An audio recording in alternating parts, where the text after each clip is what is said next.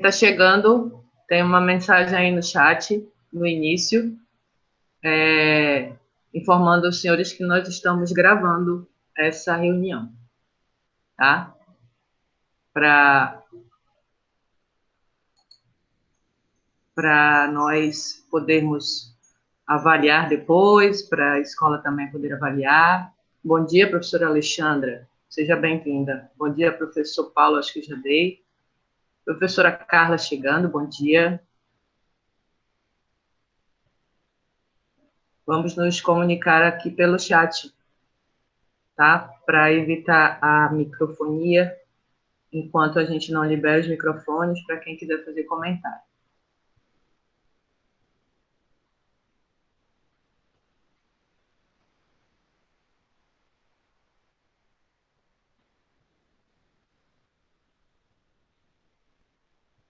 Vamos dar 10 minutinhos de tolerância e aí a gente começa, tá?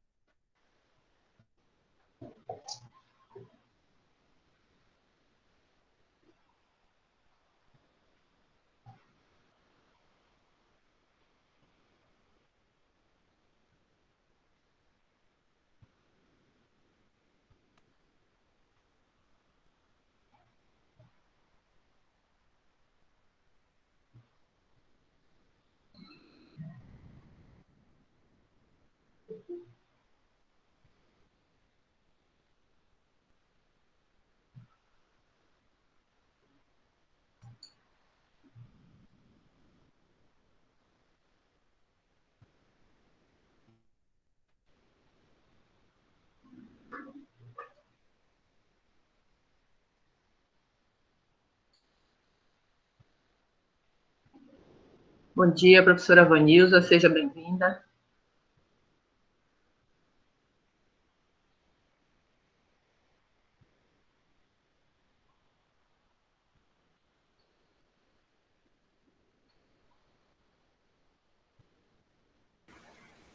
Bom dia, professora.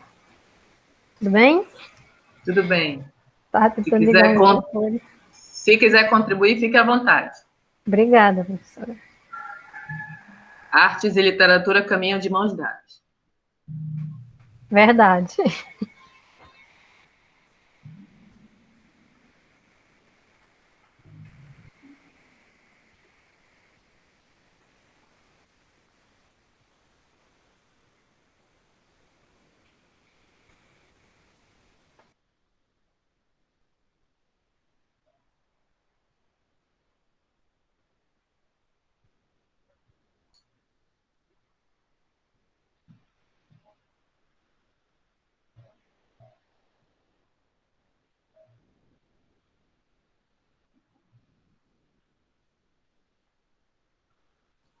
Bom dia, bom dia.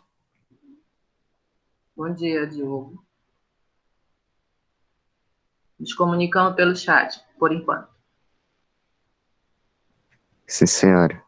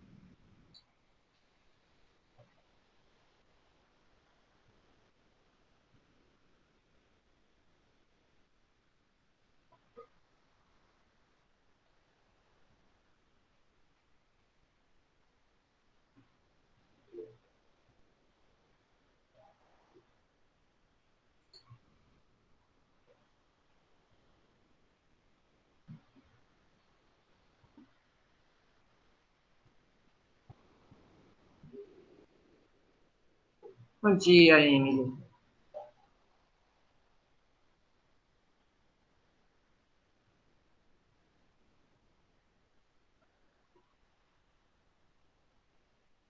Bom dia, Vitori.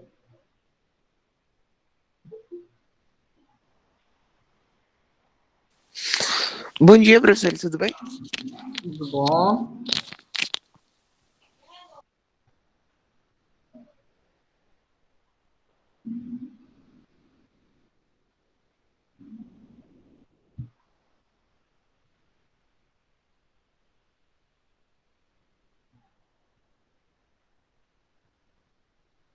Professora Maristane, bom dia.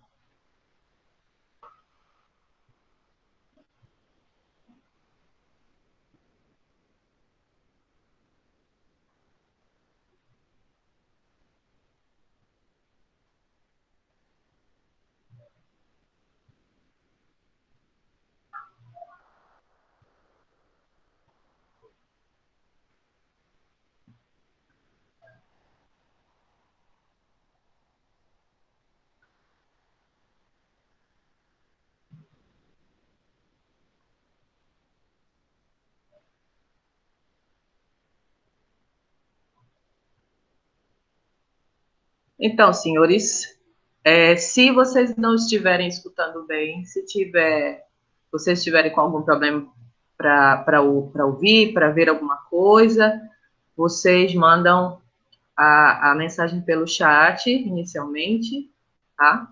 E aí, enquanto a gente vai falando aqui, vocês vão falando aí, e a gente tenta resolver os problemas. A professora já pede desculpas de antemão, porque é a primeira videoconferência para os alunos que a professora está fazendo, e vou perturbar alguns colegas que já são experts no assunto, e ainda bem que estão por aqui para ajudar caso aconteça algum problema.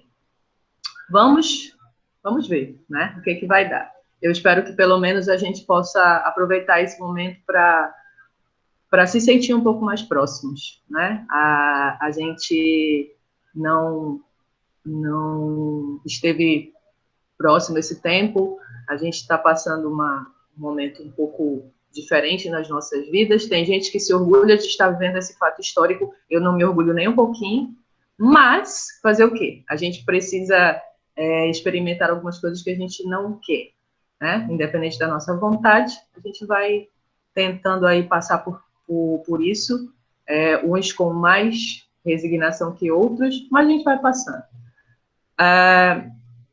Deixa eu ver aqui alguém que está falando. Eu estou aguardando a presença ainda do professor Robeilton, que vai participar conosco, vai contribuir com os seus conhecimentos aqui para a aula, né? E a gente vai trocar algumas ideias e aproveitem o máximo, porque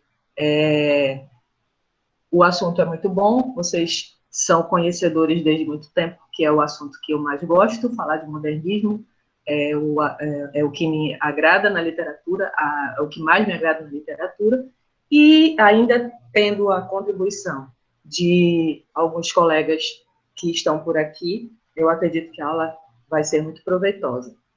Vocês anotem o que puderem anotar, printem o que puder printar, quem está com a internet boa aí, e se quiserem fazer algum comentário, né, a gente vai deixar isso para um momento propício, lá no finalzinho, então, vão anotando alguma coisa que você vai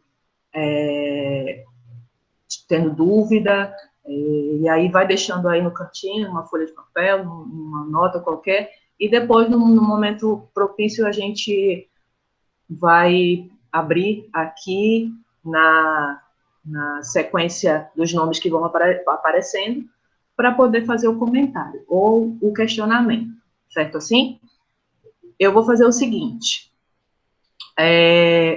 eu vou aproveitar a presença dos meus colegas aqui de forma bem rápida, e se quiserem perguntar alguma coisa, se quiserem falar alguma coisa nesse início, né, os meus colegas professores, por favor, fiquem à vontade.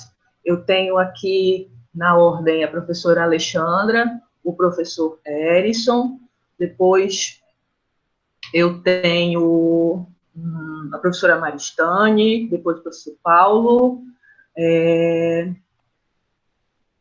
eu vi por aí a professora Vanilza também, já falei com ela, a professora Juliana, e nessa ordem mais ou menos, se algum dos colegas quiserem fazer algum comentário, por favor, alguma apresentação, alguma coisa, por favor, fiquem à vontade nesses primeiros 10 minutinhos ou até menos.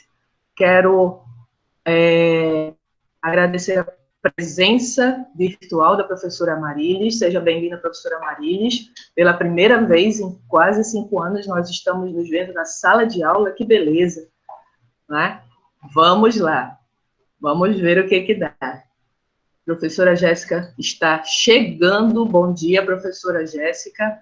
Professor Robeilton já chegou. Daqui a pouco ele dá o seu bom dia e fala e faz uma parte aqui no início da aula. Nem o professor aqui se manifestou, apenas o professor Paulo. Professor Paulo, ele gostaria de falar aqui no início. Então, por favor, professor Paulo, pode habilitar seu microfone. Olá, professora Celina, bom dia. Bom dia. Bom dia a todos. Bom dia aos nossos colegas, professores, que estão aí acompanhando a sua live, né? Acho que acompanhando mais para aprender do que para analisar alguma coisa, né?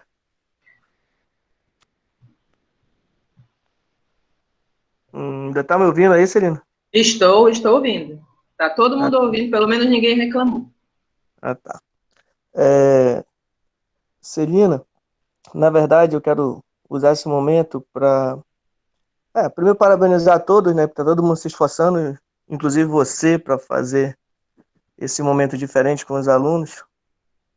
Mas eu quero me referir aos alunos que estão online agora, que estão aí na live. Primeiro, só te perguntar, Celina, esses alunos são só do terceiro ano? Professor, eu soube que alguns alunos as turmas receberam um convite, né? Receberam o link para participar. E eu estou, pelo que eu estou vendo aqui, quase que a totalidade são do terceiro ano. Eu não sei se tem algum aluno do segundo ano, se tiver, pode sinalizar. Eu não vi, né? Foi passando aqui rápido. Eu não vi se tem alunos do segundo ano. E ainda mais para complicar, tem alunos do segundo ano que a gente teve, que são novatos, eu acabei esquecendo até o rosto, sinceramente, de tão rápido que a gente teve no início do ano. Mas eu acho que não estão por aqui, não. Essa questão de rosto, até nome mesmo, né, Celina? Foi tão Até pouco nome. contato que a gente tem dificuldade até da vez de saber quem é que a gente está se referindo. Mas, enfim, é assim, mano. Eu quero falar porque vai ter a live de matemática e eu estou planejando essa live para fazer com eles, entendeu? Certo. Então, assim, durante a pandemia toda, esse momento todo, eu usei uma dinâmica, uma proposta, que é baseado no sala de aula invertida, né? O aluno estuda, o aluno faz, e aí eu acompanho. Mas, enfim, é que eu quero que vocês, alunos que estão me ouvindo, postem no WhatsApp, coloquem lá as dificuldades que vocês tiveram dentro do conteúdo de números complexos. Porque a próxima live que eu vou fazer com vocês, eu vou fazer esse momento para tirar dúvidas que vocês tenham com relação ainda a esse conteúdo. Apesar do que as atividades que vocês fizeram, que mandaram para mim, foram atividades muito bem feitas. Os resumos que vocês fizeram também não posso deixar de parabenizar, porque teve aluno que fez resumos muito bons, né? Então, foi bom a produção de vocês, mas eu acredito que tenham dúvidas ainda. E nessa live, eu não quero utilizar necessariamente para falar de novo conteúdo, para ministrar o conteúdo. Eu quero tirar as dúvidas que vocês ainda tenham. Mas para isso, eu preciso que vocês sinalizem. E pode sinalizar lá pelo grupo do WhatsApp ou pelo Classroom. Fala lá, professor, eu tive dificuldade em tal coisa. Eu não compreendi a adição de números complexos. Não consegui resolver o exercício tal. Eu fiz, mas não ficou legal. Para que vocês sinalizem para que eu possa ajudar vocês nesse sentido. Tá? E eu estou utilizando a live da professora porque eu postei no WhatsApp e até agora ninguém falou nada. Ontem, por sinal, até conversei com o professor da escola, com o professor Eris, que estava preocupado, porque se não fala nada, a gente, enquanto professor, a gente acaba acreditando que o aluno consolidou o conteúdo. Entendeu? Mas eu não consigo, porque eu sei que não é tão fácil assim, o conteúdo é difícil. Eu acredito que tenham dúvidas. Então, utilize o dia de hoje para que vocês coloquem suas dificuldades lá, para que eu possa planejar a aula de amanhã. Então, é isso aí, professora. Obrigado. Obrigada, professor Paulo. Seria pela ordem a professora Alexandra, mas como eu sou agoniada, passei a vez dela para o professor Paulo.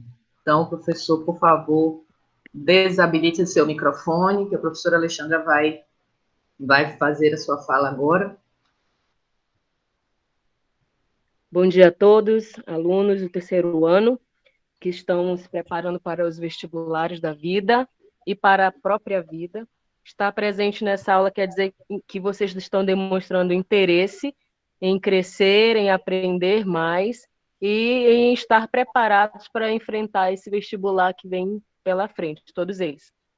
E aproveitei ao máximo a aula da professora, porque esse assunto não tem como não cair nos vestibulares, ele é de suma importância na história da literatura brasileira e também é inspiração para muitas literaturas internacionais que a gente conhece, que esse é o momento da literatura em que o Brasil fica conhecido também internacionalmente por conta dos nossos grandes artistas, que vão ser com certeza citados ao longo da aula.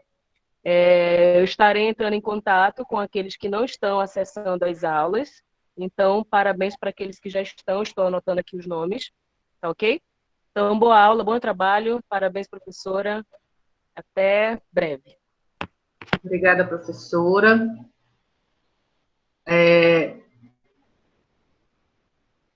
Professor Erison também pediu um momento aqui de fala. Professor Erison, por favor. Oi, bom dia, gente. Bom dia a todos. Eu acredito que a gestora queira falar também, né? Professora Marisa, bom dia. Bom dia a todos os alunos, professores que estão acompanhando aqui nesse momento. Um momento difícil para todo mundo, esse momento que a gente ainda está em afastamento social, né? Ainda está cumprindo as regras do afastamento social devido à pandemia. A gente crê que breve estaremos reunidos novamente. A gente sabe que o retorno não será da forma como era antes, haverá todos os cuidados. A diretora pode falar melhor sobre isso do que eu. Mas eu quero incentivá-los a continuar estudando. Esse grupo que está aqui, já temos 30 pessoas aqui, então já temos um número bom de alunos. Ontem nós tivemos a aula do professor Robeilton, do terceiro ano, para o terceiro ano, também uma aula excelente. Então a gente confia e a gente sabe do nível profissional da professora Celina, a professora Alexandra, o professor Paulo, comprometimento dos colegas que aqui estão, a professora Vanilza também, professora nova na escola, mas já mostrou todo o seu talento, todo o seu profissionalismo. Então, vocês, alunos, só têm a ganhar, né? A gente ganha todos os dias observando as aulas desses professores e a gente aprende todos os dias. Ontem o professor Robeilton frisou muito bem na sua aula que o SET Sérgio Pessoa, falando da nossa escola, não é uma escola como as outras. Nós também somos um centro de ciência, de fazer científico. Isso é importantíssimo, porque nós somos uma escola ativa, uma escola que quer ser uma escola viva, né? E viva significa estar antenado com o que está acontecendo, refletir a respeito da situação atual, mas também não deixar de ministrar os conteúdos que são necessários para o vestibular, para as provas de larga escala. Então, os nossos professores eles são dedicados 100% a fazer com que a aula seja a melhor possível, e a gente sabe do comprometimento de todos eles. Então, é uma felicidade para nós, uma felicidade para mim estar acompanhando esse momento. Obrigado, professora Celina. Obrigada, professor Erison. Senhores, nós vamos agora a um café da manhã com a gestora. Aproveite, esse momento é único, né? Nós estamos tomando café da manhã com a gestora neste momento. A fala da professora, por favor, professora Marilis. Olá, crianças, bom dia. Realmente, eu vou tomar um cafezinho porque eu estou indo para a escola. E, assim, eu fico muito feliz, né? O Edson foi feliz nas palavras, a Alexandra. Eu sou, assim, uma lisonjeada, digamos, eu me sinto, né, assim, por fazer parte dessa equipe, dessa escola. Eu fico muito feliz. Esse momento é um momento muito importante, eu posso dizer, principalmente aliás, para todos, né? Para os alunos, para os professores, que, na verdade, é um desafio de qualquer forma, né? Não era uma coisa que a gente estava planejando, mas agora eu quero dizer para vocês que a gente não vai viver longe disso, né? Dessas aulas online, desses encontros. Isso vai fazer parte da nossa vida, né? A partir de então. E quero dizer que o retorno ele está sendo preparado, né, para vocês. Inclusive, eu estou indo para lá porque nós vamos... a CEDUC vai mandar instalar pias hoje e eu preciso estar presente lá. Mas, assim, o que mais assim, a gente pensa e a gente quer como escola é que vocês, crianças, alunos, né, vocês tenham esse momento que essa é mais uma ferramenta, é um momento, né, para vocês se expressarem, né, perguntarem. E a professora está aí. Nossa, professora, muito obrigada, né, pela sua compreensão, pela sua competência, pela sua disposição. Nossos professores, eles são, digamos que são, assim, os professores mais comprometidos dessa cidade. Vocês estão ouvindo, né? Mais comprometidos. Aqueles que têm dificuldades estão superando, né? Estão se superando também para dar o melhor para vocês, crianças, para fazer o melhor, né? Que esse fazer pedagógico ele seja melhor, principalmente para vocês, mas assim, para todos, mas principalmente para vocês. Porque a gente pensa que vocês estão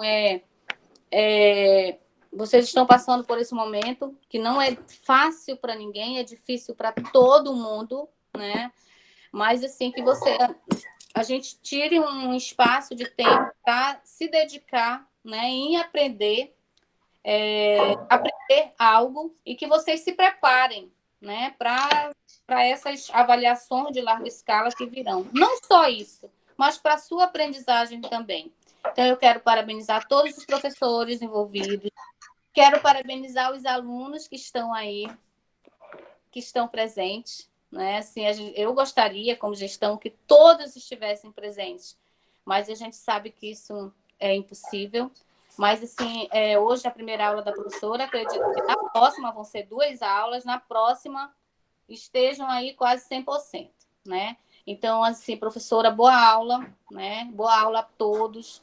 E sempre que eu puder, eu vou estar presente e acompanhando. Mas a coordenação vai estar acompanhando também, tá? Todos os dias aí as aulas de vocês. Parabéns a todos e obrigada e um bom dia. Bom dia, professora. Obrigada. A professora Maria costuma dizer que, diante das dificuldades, né, os professores, eles lançam os desafios, aí os professores começam a reclamar. Eu sou a primeira, né? Abrir a boca para reclamar. E aí, quando ela, mas vai dar certo. E, de uma forma ou de outra, dá certo. Né? Então, a gente está fazendo esse esforço todo aí por por incrível que pareça, olha, pelas belas peças que são vocês, estamos nos esforçando. Mas vamos lá. Professor Robeilton já está aí. Nós vamos começar. Eu gostaria de começar de outra forma, mas como eu só tive uma semana para minha cor, para me adaptar a essa nova realidade de fazer esse tipo de aula, e alguns recursos ainda não estão muito próximos de mim, mas a gente vai fazendo o que pode, né? Hoje a gente vai começar assim, falando dessa segunda geração modernista nas questões dos autores poéticos, dos autores da poesia. A gente vai começar como sempre, pelo contexto histórico, porque a gente sabe que, vocês sabem, já estão acostumados a essa minha fala, que a história é que vai dando um direcionamento para as artes. Não tem como a gente falar de arte, falar de literatura, que é a arte das palavras, sem viver a história. Porque se a história expressa ou se dá como realidade para nós, e a gente vai vivendo essa realidade, e vai se expressando através dos nossos sentimentos, das nossas emoções, e então isso é fazer arte. É assim que a arte surge. Na literatura é assim, nas artes plásticas é assim, na música é assim. Então, a gente vai começar pela história, né? Como está o mundo no início, ou já na década de 30, que é esse momento da literatura, esse momento do modernismo. Tem uma fala, né, de um crítico literário chamado Tristão de Ataíde, né, que ele diz que a poesia é um modo de compreensão e de expressão. Então, a forma como eu compreendo, a forma como vocês compreendem, vivem a realidade, é que vai mover a arte daqui a algumas décadas, né? As coisas acontecem muito rápido. Esse momento que nós estamos vivendo vai ser extremamente propício para novas criações, já está sendo extremamente propício para novas criações. Eu penso que agora o professor Robeilton pode fazer as suas colocações, senão a gente pode deixar mais para frente.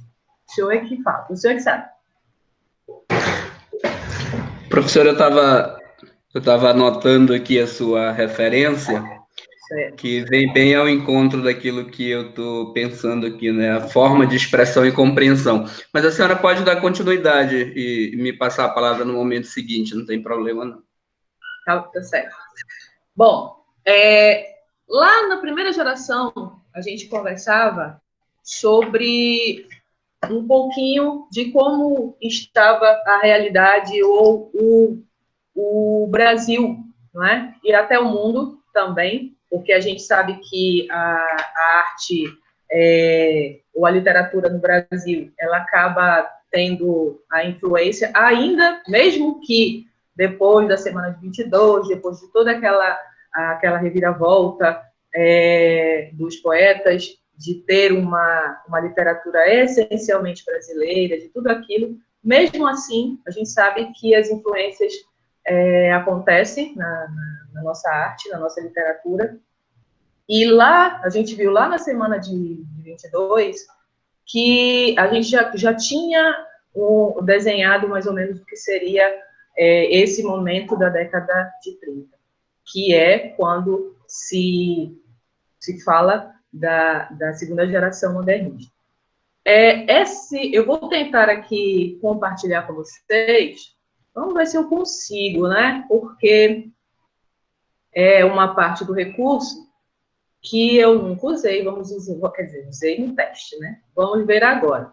Eu vou compartilhar aqui um material para a gente poder, para ajudar a gente a direcionar, me ajudar a direcionar a fala.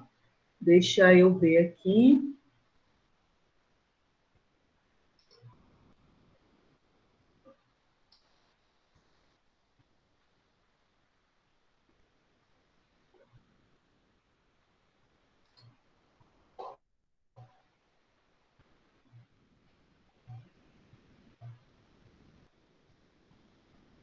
vocês devem estar visualizando um material que é parecido com o que a gente usou na primeira semana, na primeira geração modernista.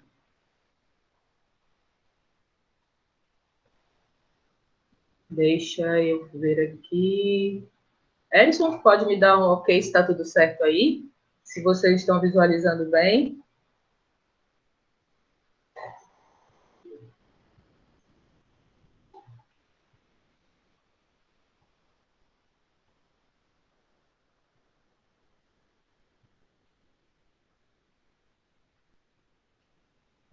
Me responde pelo WhatsApp. Que eu estou agora sem o chat aqui na minha tela. Esqueci de duplicar aqui a tela. Beleza. Vamos lá. Vamos lá. Então, esse material aqui que eu gosto de usar, que não fui eu quem fez, né? Professor Alex, meu amigo, que disponibilizou. A gente vai ver alguns pontos aqui do contexto histórico. Deixa eu voltar aqui no início. Aqui. Alguns pontos para a gente, inclusive vocês que estão lá no Classroom, ou vocês começaram aí ouvindo uma fala do professor Paulo, a professora Alexandra deixou uma mensagem exclusiva para o Matheus, não sei se é sobre atividades, mas Matheus Prata, mas esse material aqui vocês já devem estar familiarizados, porque alguns, né, pouquíssimos por sinal, mas isso eu vou deixar lá para o final, uma atividade que foi solicitada, que fala que vocês precisariam ter feito uma linha do tempo com o contexto histórico.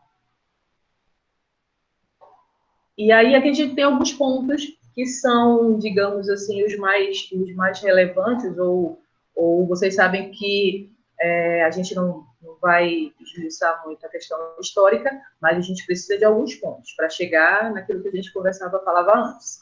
Então, 1929, crise café. Essa crise se dá quando a Bolsa de Valores de Nova York quebra, né? Ou tem a sua queda histórica. E isso, por conta da quebra da Bolsa, o Brasil vai sofrer com a queda brusca daquilo que era, à época, um potencial na economia, que é o café. Vocês lembram que lá na semana de 22, a semana de 22, a Semana de Arte Moderna, foi patrocinada por tantas arrobas ali de café, ou por tantas toneladas de café que foram vendidas para serem para pagar o aluguel do Teatro Municipal. Então, naquele primeiro momento, estava tudo muito bem, só que com a quebra da Bolsa, começa, então, o declínio do café. A gente tem aqui a Revolução de 30, Getúlio Vargas, que está no poder, e aí a gente tem também os políticos e militares contra essas oligarquias cafeeiras. Em 1932, a gente tem a Revolução Anticonstitucionalista. Essa revolução transforma o Estado paulista. A ascensão do Partido Nazista e do fascismo, combate ao socialismo. A gente fala isso aqui por conta da Segunda Guerra Mundial. Né? A gente vai ter um momento de intervalo entre as guerras ainda muito complicado. Né? Então, essa ascensão do Partido Nazista, vocês devem ter visto na leitura de vocês, a presença de Hitler, né? E aí toda essa questão em torno do nazismo e do fascismo. Em 1934, a gente tem o ano de uma das constituições, e aí Vargas ele é legitimado no poder. Em 35, a gente tem aqui no material uma intenta, né, um intento comunista, quando acontece a prisão de Luiz Carlos Prestes. A gente tem aí o momento onde aparece ou surge ou se solidifica a Aliança Nacional Libertadora. Em 1937, é o ano onde a gente tem na história o início daquilo que se conheceu ou se conhece até hoje como ditadura militar no Brasil. Esse período dura até aí mais ou menos outubro de 1945, quando Getúlio Vargas ele renuncia ao cargo. Nesse momento do Estado Novo, a gente tem na questão da literatura, a prisão de muitos escritores, porque vocês sabem que com esse momento, ou nesse momento, vão acontecer as perseguições, porque depois a gente vai falar um pouco mais sobre isso, mas se a arte expressa, se a literatura expressa um momento histórico, o que vai acontecer? Né? Os textos vão estar povoados da realidade que o Brasil está vivendo. Então, os escritores vão abrir a boca através das palavras, e isso não vai ser muito bom para os poderosos, e aí acontece, então, muitos exílios, né? Artistas que ficaram muitos anos, longe do Brasil, para fugir desse período que foi extremamente difícil, né, para o nosso país. Em 1939, a gente tem a invasão da Polônia e o início da Segunda Guerra Mundial.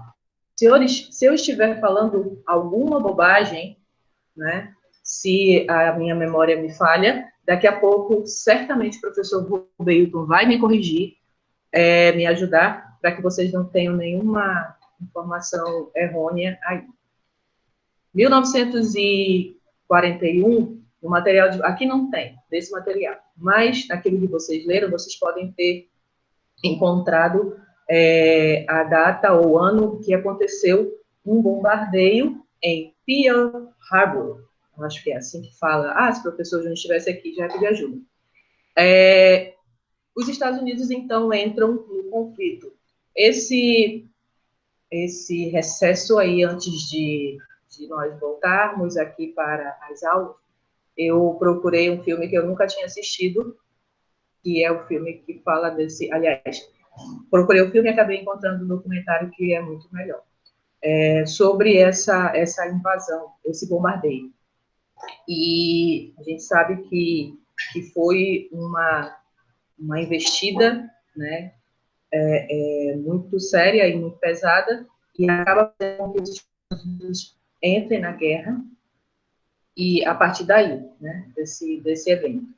Em 1945, a gente tem o ano do fim da guerra, mas a gente ainda tem o lançamento da bomba atômica, que vai ser aí lançada em Hiroshima e Nagasaki, e essas cidades vão sofrer tremendamente, e os seus habitantes, por conta desse acontecimento. Ainda existem pessoas ou descendentes desses moradores, desses japoneses, que sentem os reflexos desse ataque até hoje, até os descendentes, pessoas que não viveram o momento, mas que, por conta da hereditariedade, né, sofrem as consequências até hoje. Bom, o professor Rubeilton vai concluir conosco agora. Eu vou passar aqui algumas imagens daquilo que está no material, só para a gente não perder essa oportunidade. Aqui uma manchete da época. A gente sabe que a influência norte-americana na economia do mundo é muito grande. Esse é o símbolo maior do nazismo, que vocês veem por aí, é mesmo usado de forma errônea. Hitler, que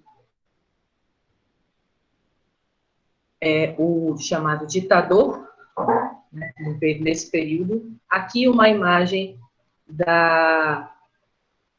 dos estragos, na realidade, que fez a bomba que foi jogada em Hiroshima, a chamada Little Boy.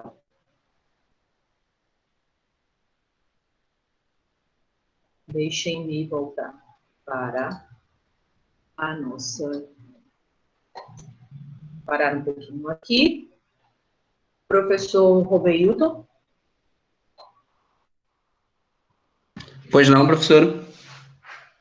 O senhor quer falar agora? Posso sim. Antes de tudo, bom dia, professora, bom dia, colegas, professores, alunos. Agradecer a professora Celina pelo convite e pela oportunidade de estar aqui de novo falando com os alunos do terceiro ano. Ontem nós já tivemos uma conversa sobre pesquisa e a professora Celina me fez esse convite para vir dividir com ela, nesses breves minutos aqui que eu vou fazer essa intervenção, na aula dela, para falar um pouco da relação entre literatura e história. Professora, não tem nada que corrigir, não, aí na sua apresentação do contexto histórico. E só acrescentar duas coisas e talvez enfatizar um pouco mais o impacto das duas guerras mundiais na maneira como a gente percebe o mundo. Às vezes a gente estuda esses temas e não tem a devida dimensão da forma como elas alteram o mundo. Então, assim, do ponto de vista histórico, a Primeira Guerra Mundial e a Segunda Guerra Mundial, elas inauguram sociedades diferentes, né? O mundo é completamente diferente depois das duas guerras.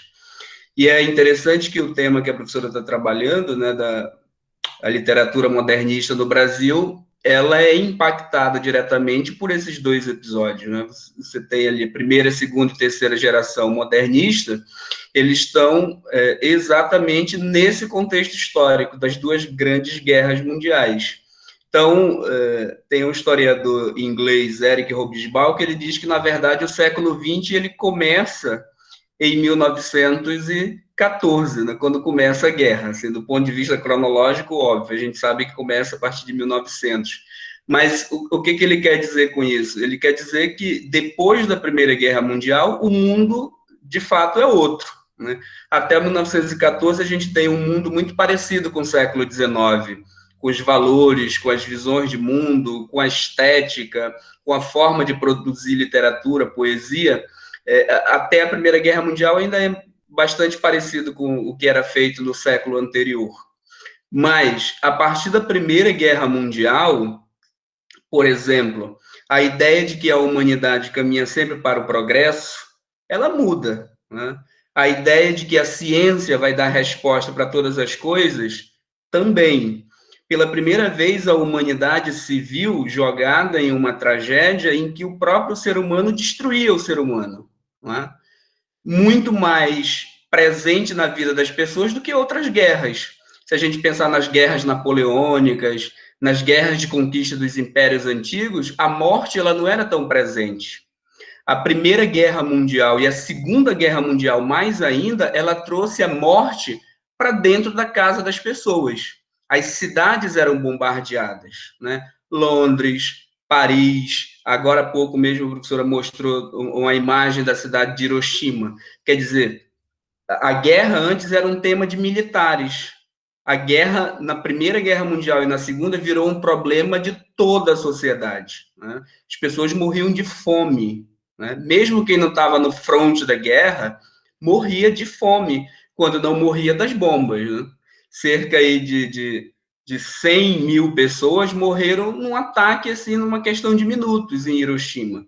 Imagina o que são 100 mil pessoas morrerem em fração de segundos, né? Então, é claro que depois desses episódios, a maneira como a gente se relaciona, a maneira como a gente percebe o mundo, elas são alteradas de maneira significativa. E é claro que isso vai aparecer na literatura, é claro que isso vai aparecer na poesia. Por isso que eu gostei da referência em que a professora já colocou no início, né? De que a poesia ela é uma forma de percepção e compreensão do mundo, né? E elas não estão deslocadas do contexto histórico em que elas são produzidas. Então, assim, é só, digamos assim, uma maneira que eu quero encaminhar essa reflexão para vocês perceberem o quanto que os episódios que aconteceram nesse período, que a professora fez menção aí, alteraram o mundo. E a Segunda Guerra Mundial, mais do que a Primeira ainda, porque na Segunda Guerra Mundial, como nós vimos aí, você tem a tecnologia de guerra que ela é extremamente devastadora. Como é que o ser humano vai se relacionar novamente depois de Auschwitz? Como é que o ser humano vai se relacionar novamente, produzir arte, produzir literatura, produzir cinema, depois do horror de uma guerra como a Segunda Guerra Mundial? Ou depois de uma crise econômica como de 1929 na Bolsa de Valores, que afetou o mundo inteiro. Então, nesse período, no século XX, a gente, quando fala de episódios históricos, a gente está falando de episódios que marcaram e tiveram influência no mundo inteiro, né? A gente ainda não tem um mundo completamente globalizado pela comunicação, mas a gente tem um mundo conectado pela economia. Então, o impacto da crise de valores na Bolsa de Valores lá em Nova York afetou o mundo inteiro, né? A ponto de ter afetado a economia do Brasil, né? E, obviamente, afetado também a produção artística, a produção literária no mundo inteiro. Afinal de contas, sem capital a gente não consegue fazer muita coisa. Se a primeira geração modernista ela foi privilegiada pelo crescimento econômico, né, pela valorização do café e até mesmo da indústria brasileira na Primeira Guerra Mundial, os países industrializados estavam em guerra, o Brasil cresceu economicamente, porque produziu para vender para esses países. Na segunda geração modernista, você tem a crise econômica na Bolsa de Valores que afeta o mundo inteiro. E aí, a gente tem no contexto brasileiro, assim, para marcar de maneira mais precisa, a gente tem no Brasil uma série de circunstâncias e de um momento histórico que faz com que a poesia também se volte para temas, né, que até então não tinham aparecido na literatura brasileira.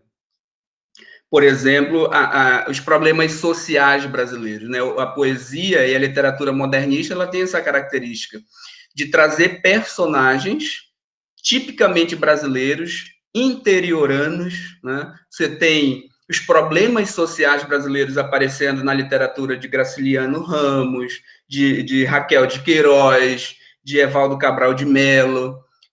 Então, assim, o tema da seca, por exemplo, né, é um tema que vai aparecer nesse período porque era um problema assim, muito presente naquele período. O tema do crescimento das cidades, o Brasil nesse período da década de 30 e 40, né, o período que a gente chama do primeiro período getulista, né, o Getúlio chega ao poder em 1930, a gente tem o grande crescimento das cidades, a gente tem o crescimento da indústria brasileira, a gente tem as manifestações sociais, as primeiras grandes manifestações nas cidades, como São Paulo, Rio de Janeiro, aqui mesmo em Manaus, a gente tem greves trabalhistas. Então, é claro que os homens e mulheres que viveram esse momento e que experimentaram esse momento artisticamente, eles vão retratar, né, a crise, os conflitos, o crescimento das cidades. Então, a gente vê emergir aí uma série de personagens na literatura brasileira que até então não aparecia, né? A gente tem também, como a professora bem colocou, um momento autoritário na política brasileira. Getúlio Vargas, a partir de 37, ele dá um golpe de Estado e ele institui uma ditadura, né?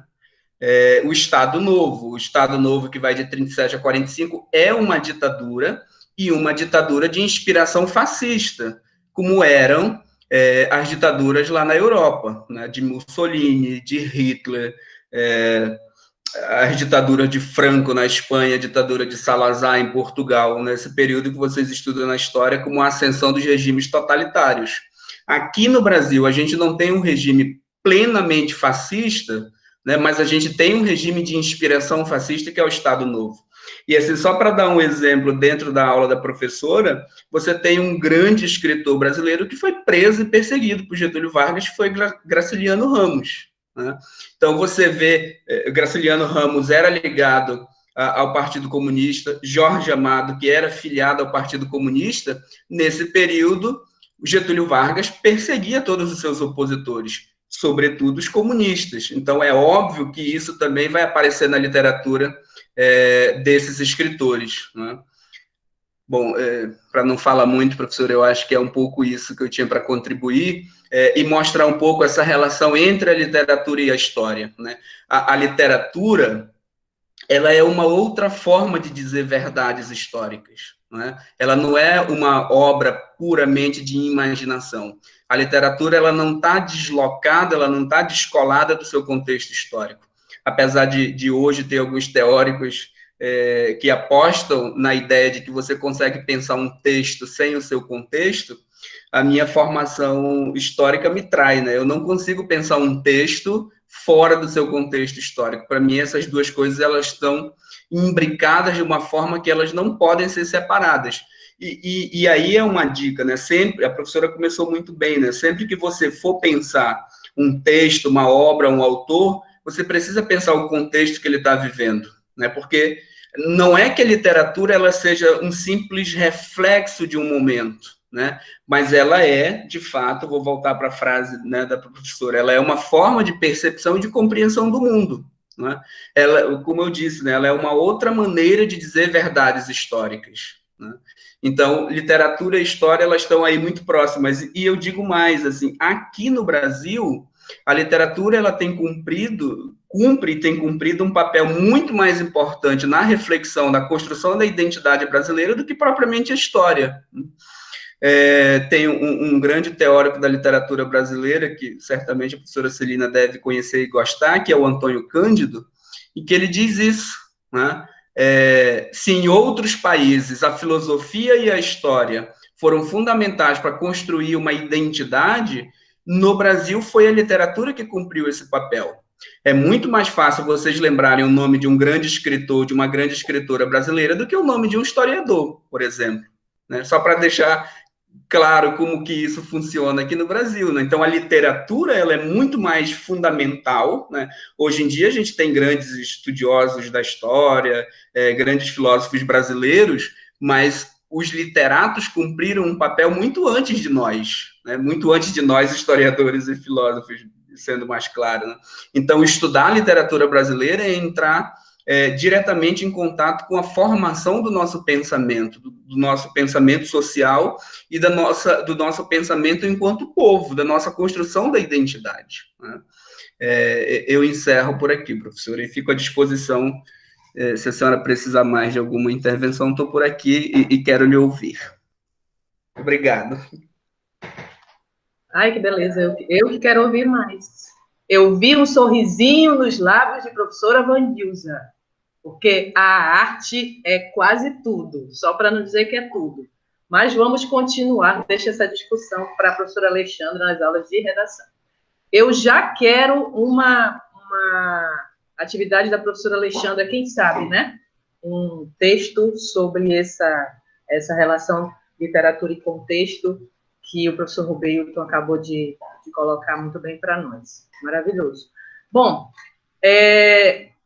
fechando essa parte aí da história, a gente vai, então, chegar naquilo que nos encanta no modernismo brasileiro, que é a arte literária através dos nossos autores. Nós estamos aqui com 8h27 no meu relógio. A aula ficou marcada para terminar às 9h, mas se for um pouquinho mais, se não acontecer nada estranho, não tem problema, tá? A gente vai falar um pouquinho sobre cada autor Quisera eu poder fazer aqui um sarau nesse momento, mas tudo bem, deixa para lá. Fica para a próxima.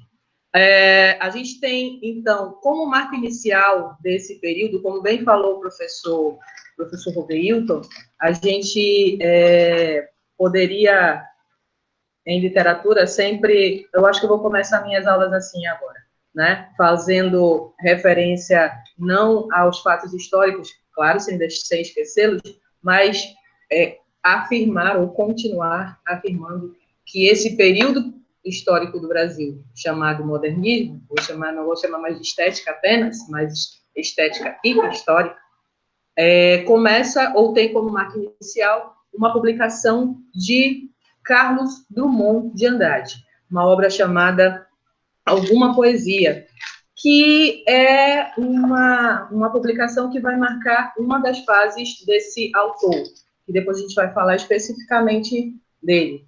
Né? É a primeira fase de Drummond, que é chamada fase irônica. A gente volta a isso depois. Então, essa publicação marca, inicialmente, é o marco histórico, é o marco inicial, vocês sabem que é primeiramente didático, desse período chamado segunda geração, ou década de 30, geração de 30. Então, como também falava muito bem o professor, a gente vai pensar que a realidade do homem nesse período, nesse momento, ela está cercada de tensões, né? Então, o Brasil está vivendo o mundo e o Brasil vai estar vivendo um momento de tensão. E essa tensão passa por um conflito histórico, eu estou usando essa palavra hoje, né? Acho que é por causa do professor Luiz. Mas um questionamento eterno do ser humano, que é o sentido, né? O porquê da existência do ser humano. Por que eu existo? E a gente vai ter em Drummond, por exemplo, essa questão, né? O ser no mundo, o fazer no mundo. Para que eu sirvo quem eu sou? E essa é uma das temáticas que vai aparecer nas obras desses autores dessa geração. E esse ser no mundo não deixa de ser esse porquê de ser no mundo não deixa de estar ligado a essas angústias humanas, né?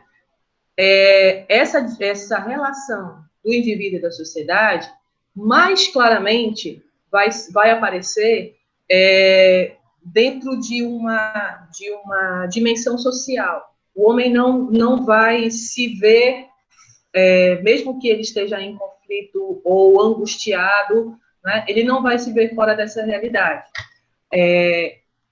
Por que eu já falava isso para vocês lá na primeira geração, né? Como é que um ser pode fazer tanto mal a um ser da mesma espécie, a um outro da mesma espécie, né? Então, as guerras vão dizer isso, vão trazer esse questionamento para o homem de forma muito clara, né?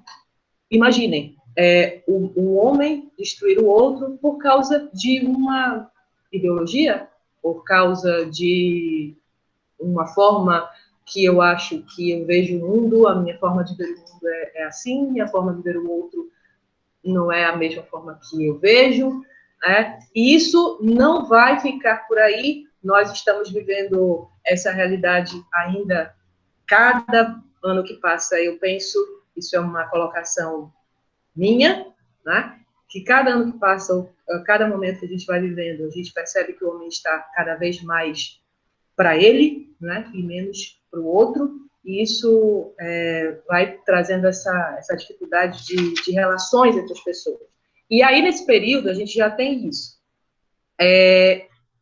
Essa geração, ela ainda vai ser influenciada pelas vanguardas, né? E pelas vanguardas, agora a gente tem a vanguarda principal, que é a Semana de 22, a gente vai ter ainda, mais ainda a influência dessa vanguarda brasileira, conhecida vanguarda brasileira, que foi a Semana de 22.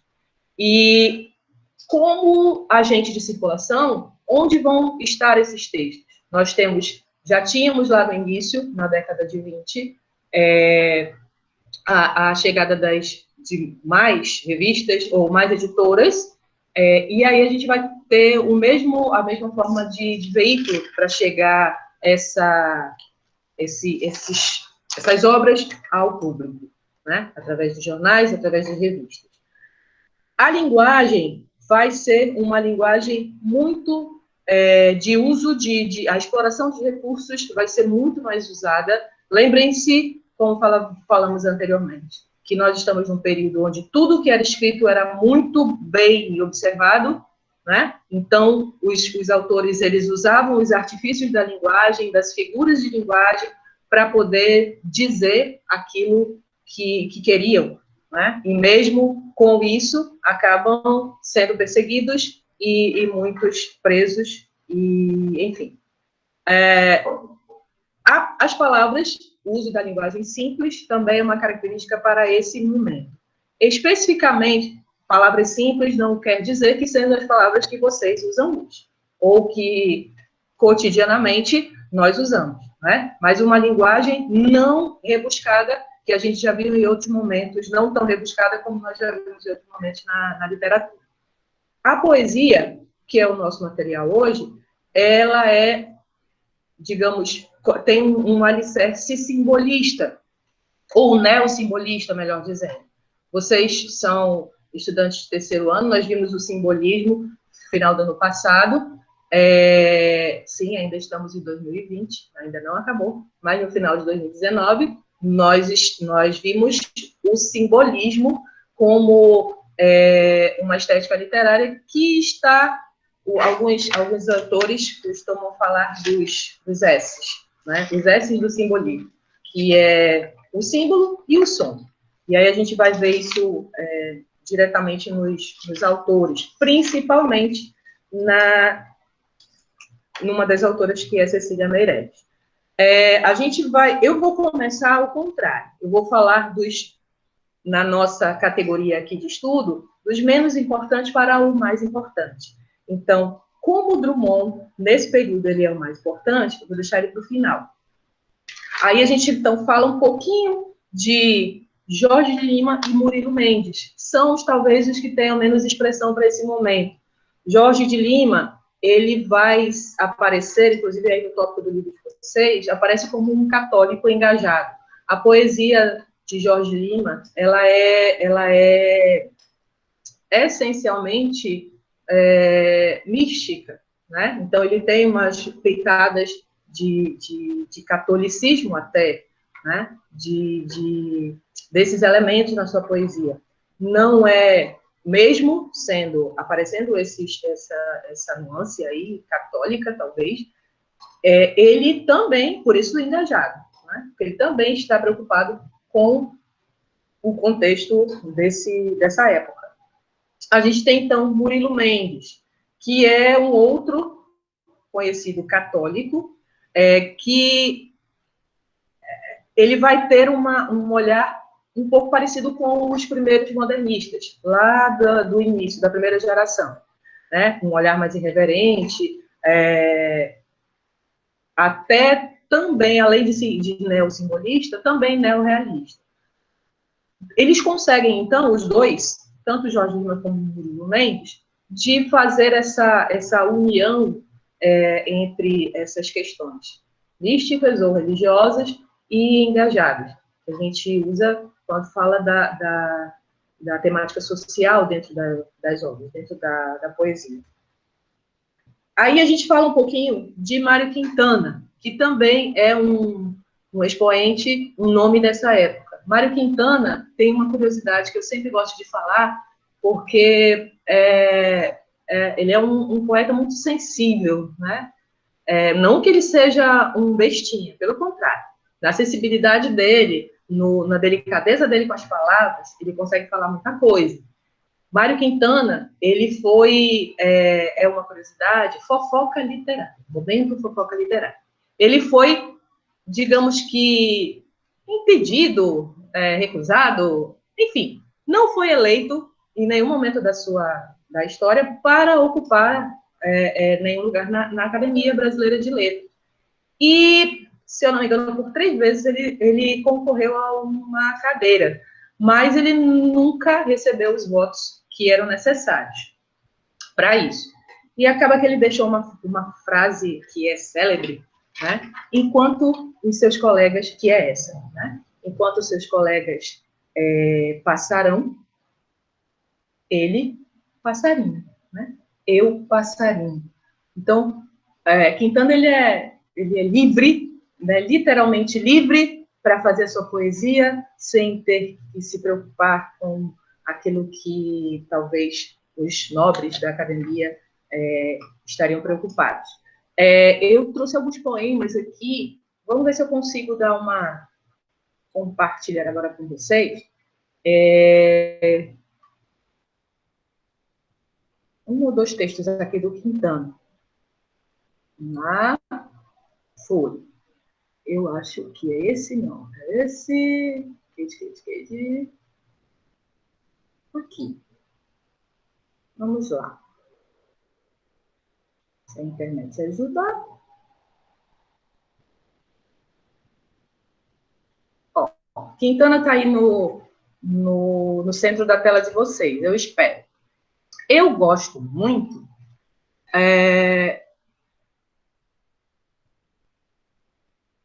qual eu gosto mais? Eu gosto de muitos, mas esse aqui é digno de compartilhar no Instagram, para quem gosta. Só para dar uma ajudinha para vocês, né? Pelo menos nesse momento a gente usa a poesia. Mário Quintana, ele escreveu esse poeminha chamado Bilhete. Tem uma outra fofoca literária que diz que Carlos Drummond foi quem usou pela primeira vez, ou atribuiu pela primeira vez, um verbo que não existe, mas que foi criado por causa da poesia de Quintana, que é o quintanar, né? Os quintanares de Quintana. Cecília Meirelles já tinha pensado antes, é o que ela diz, mas ele afirma que quem falou pela primeira vez, ou quem disse pela primeira vez, quem atribuiu esse verbo pela primeira vez, usou o verbo, desculpa, pela primeira vez, foi ele, né, Drummond. E aqui a gente tem bilhete. Se tu me amas, ama-me baixinho. Não grites de cima dos telhados, deixa em paz os passarinhos, deixa em paz a mim. Se me queres, enfim, tem de ser bem devagar. Amada, que a vida é breve e o amor mais breve ainda. Delicado, não é? Delicado, que diz de forma delicada aquilo que ele quer dizer. Deixa eu continuar. Então, vou passar aqui, vou deixar aqui a tela para vocês e vou continuar falando sobre agora Cecília Meirelles. Eu não sei se alguém, deixa eu dar uma olhadinha aqui, se alguém quer falar algo. Se vocês quiserem comentar alguma coisa, usem o chat, tá? Por enquanto, usem o chat. E aí eu posso dar a palavra caso seja necessário. Mas no final eu vou dar a palavra para quem quiser. Deixa eu ver aqui quem será o próximo. Vamos falar aqui de Cecília Meirelles, já que citamos. Cecília Meirelles, ela é também uma fofa. Só que não. Cecília Meirelles, vocês também devem ter visto no momento que vocês estavam fazendo a leitura do capítulo. Cecília Meirelles, ela acaba usando a sua sensibilidade, não é, para interpretar o mundo, e essa sensibilidade extremamente aflorada vai nos ajudar, através dos seus poemas, a perceber alguma realidade que até hoje nós percebemos, né?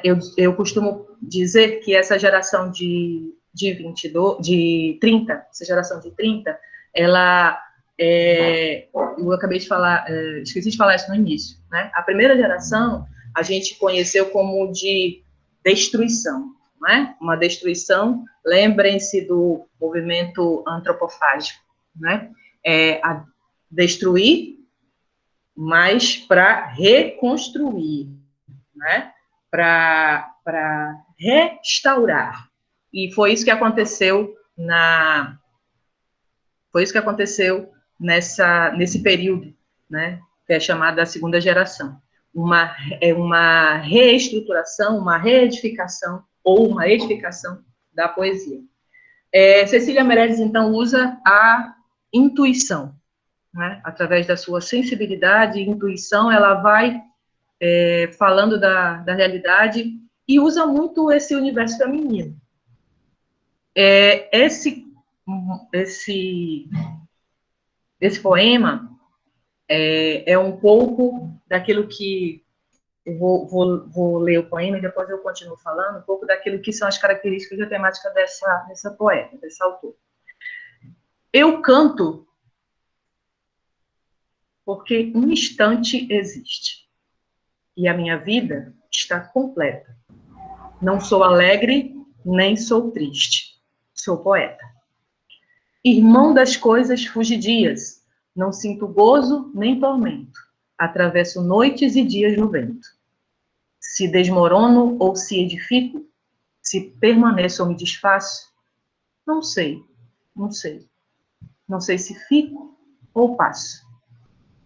Sei que canto, e a canção é tudo. Tem sangue eterno a asa ritmada. E um dia sei que estarei mudo, mais nada.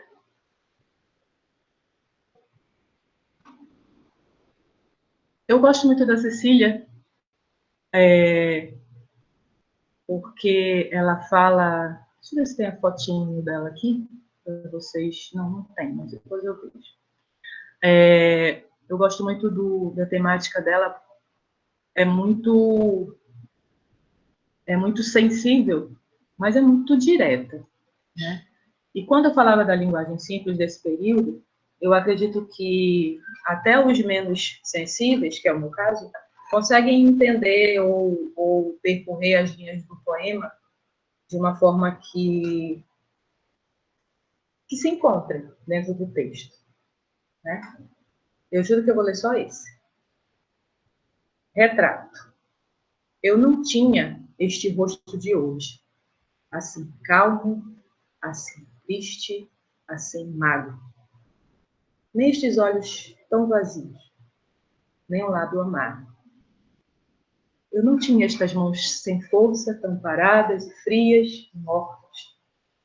Eu não tinha este coração que nem se mostra. Eu não dei por esta mudança, tão simples, tão certa, tão fácil. Em que espelho ficou perdida a minha face? Cecília Meirelles. Bom, voltando aqui para a sala, Cecília Meirelles é neossimbolista, é assim que os estudiosos da literatura definem Cecília Meirelles. É uma nova forma de usar os símbolos.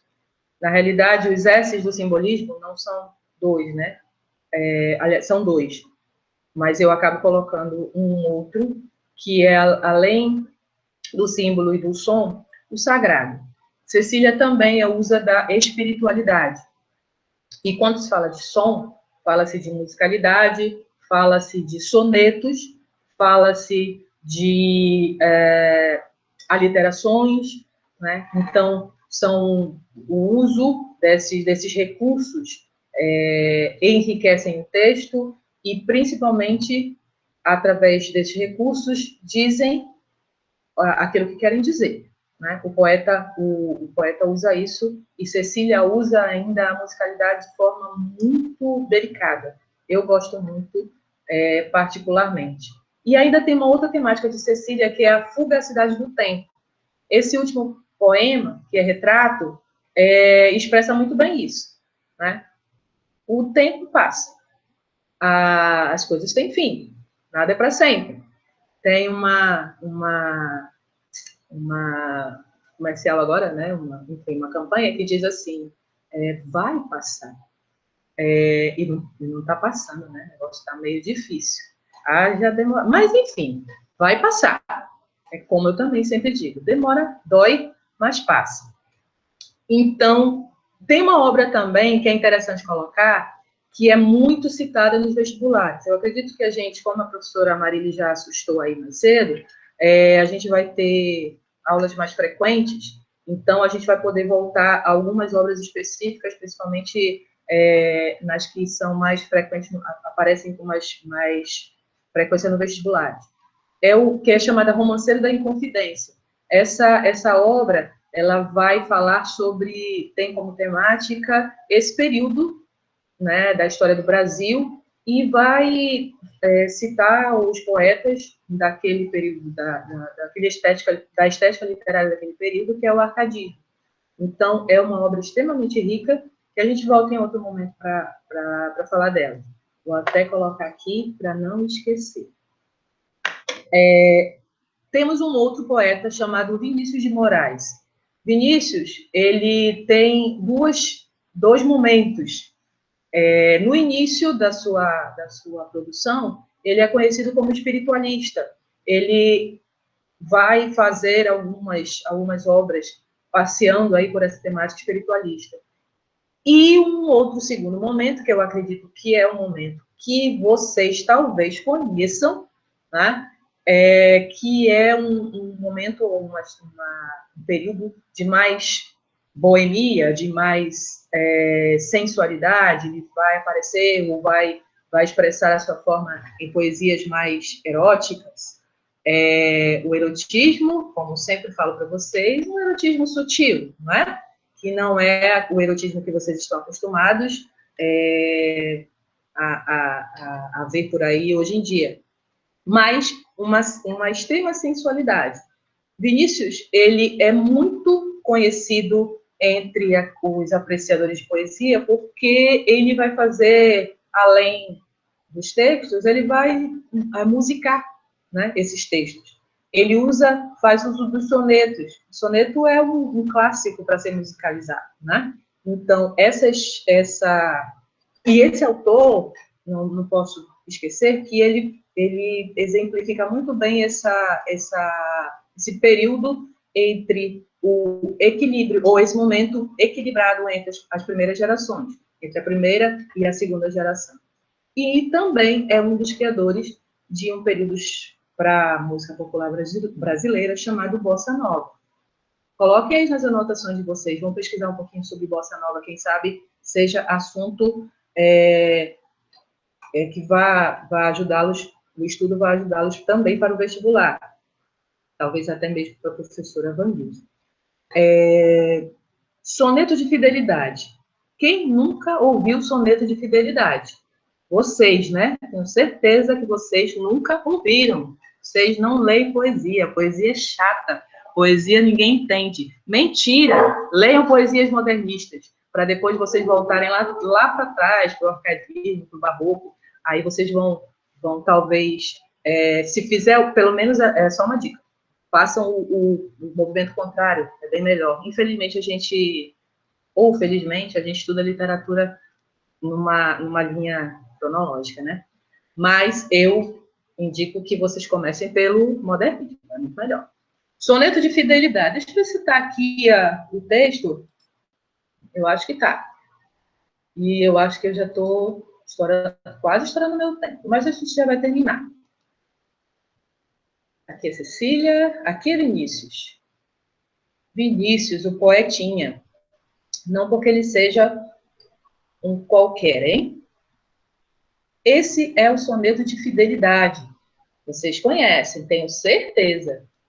É muito bom também para falar aquilo que se quer falar para alguém, hein? De tudo ao meu amor serei atento, antes e com tal zelo, e sempre tanto, que mesmo em face de maior encanto, dele se encante mais meu pensamento.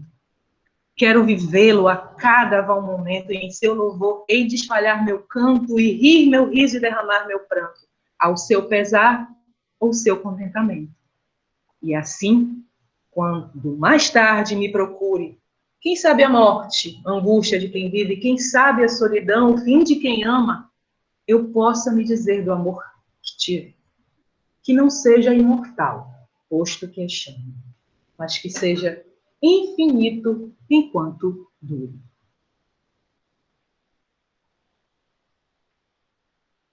Ah, que maravilha, hein? Esse é um soneto de fidelidade, de Vinícius de Moraes. E aí a gente vai para o Carlos Drummond de Andrade. Drummond, senhores, ele é considerado por muitos estudiosos como o maior poeta do século XX. 20, hein? Século passado, século que eu nasci, que vocês não viveram, mas não deixa, sinceramente, nada a desejar ao século XXI. Enfim, tem um aspecto que é pontuado pelos estudiosos, que é o chamado gauche, né? Se escreve gauche, que significa, não é uma palavra da língua portuguesa, mas que tem o significado próximo de esquerdo, torto, inadequado. Então, Drummond, ele se via meio que fora da casinha, né? Ele não estava muito, pelo menos na sua temática, ele se coloca assim, como estranho. Não estranho porque eu sou feio, não. Mas porque esse mundo que Drummond está vivendo é estranho, né? É diferente dele, é diferente daquilo que ele pensa ou que ele sente, principalmente. Drummond, ele tem um pessimismo que, lembrem-se quando a gente falava de Machado de Assis, já lá atrás, né, no século XIX, a gente via características modernistas em Machado de Assis. Então, esse pessimismo de Drummond assemelha-se ao pessimismo de Machado de Assis. Mas, ao mesmo tempo, ele é irônico, e ele usa essa ironia com humor, né? Só que esse humor dele é pesado, né? Esse humor é bem pesado. E uma outra forma, eu acredito que a melhor forma dele tematizar, né, ou trabalhar a poesia, é quando ele usa a poesia para falar dela mesmo, que é a metalinguagem. E dentro dessa temática, ele vai se colocar ainda como estranho, né, como um estranho no meio desse mundo tão conturbado. Nos estudos, ele aparece com 5 fases. Uma primeira fase é chamada fase irônica, que é mais ligada à geração de 22, que tem a publicação que eu falei antes para vocês, que marca o início do modernismo, que é a chamada Alguma Poesia. Uma segunda fase chamada social. Essa fase socialista, ela vai apresentar aqui, ou vai ter uma obra que chama-se A Rosa do Povo. Eu não sei se eu vou conseguir abrir para vocês aqui, que eu estou preocupada um pouquinho com o horário. Então, essa segunda fase, extremamente engajada com o período que se está vivendo no mundo, né? Principalmente das ideias ou das ideologias desse momento, que entre elas o marxismo, né? Então, vai aparecer aí na poesia de Drummond. Uma outra fase chamada filosófica ou metafísica, uma obra para esse período chama-se Claro Enigma. Depois eu vou dispor um pouco desse material para vocês, para que vocês façam os seus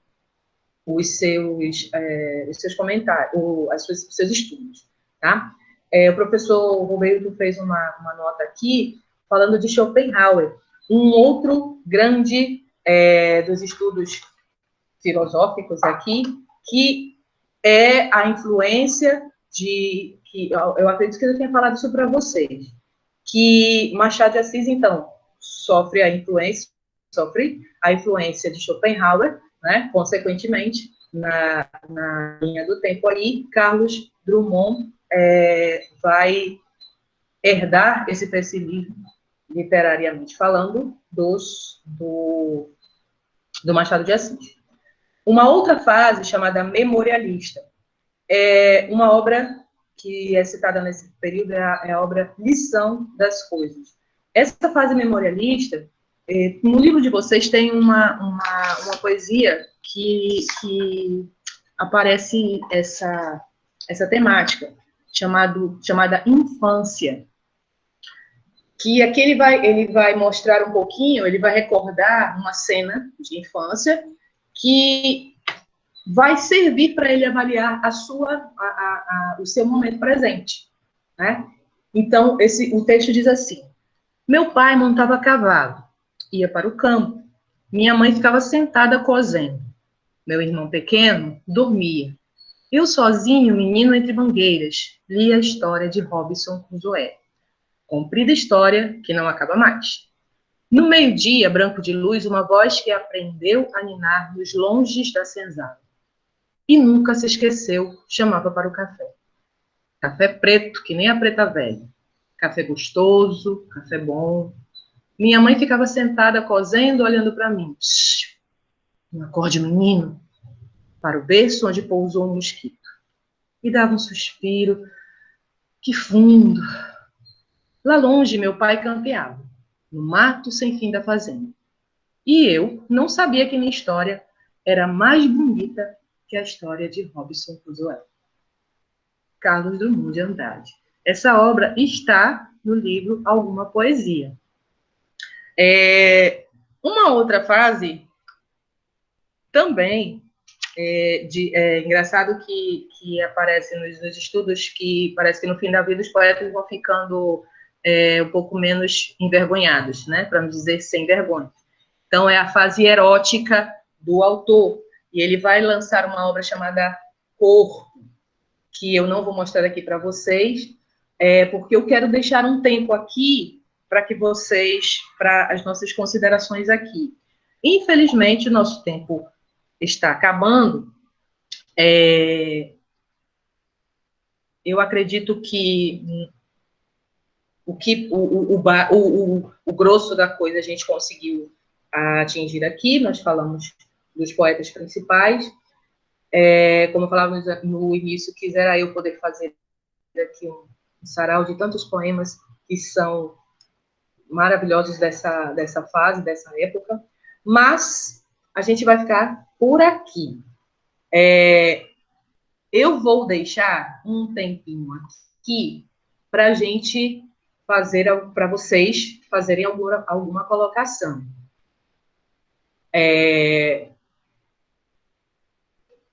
No chat, se alguém quiser fazer alguma pergunta, não é? Eu vou dar um tempinho aí para esperar que vocês coloquem. A Emily está dizendo para eu ficar até às 11. Nossa, eu fico. Manda a quentinha do almoço. Eu fico. O Vitor também. Pronto, vão dividir, vão pagar o meu almoço. Posso pedir o peixe? Vamos lá, que tenho filho para dar de comer. Dariene, mana, você está aí, minha gurua para assuntos de Meet Google. Meu Deus. Juan está perguntando se o professor Robeilton não quer dar aula de história. Mais aula de história. Ó, Senhor. O professor Robeilton também vai preparar o seu almoço, que a esposa dele não vai fazer almoço. Duvido. Duvido, Diogo. Gente, perguntas sobre a aula, por gentileza? Respeita os meus cabelos brancos. Nenhuma pergunta? Como sempre, os meus alunos do terceiro ano entendem tudo, já posso fazer a prova, né? Quem fala aqui? Juan, os contos de Drummond se assemelham à infância de Machado em Dom Casmurro. Sim, Juan. Sim.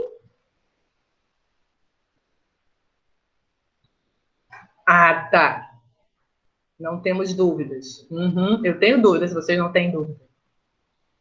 Professora Vanilza, a senhora gostaria de contribuir com a nossa aula, professora Vanilza? Professora Vanilza, me perdoe a insistência, mas é que o professor Erison aqui vai me ajudar, se for o caso, mas a gente anda colado com professora de artes nessa escola. A gente não pode ver uma professora de artes que a gente cola nela e suga tudo que a gente pode. Glória. Tá certo.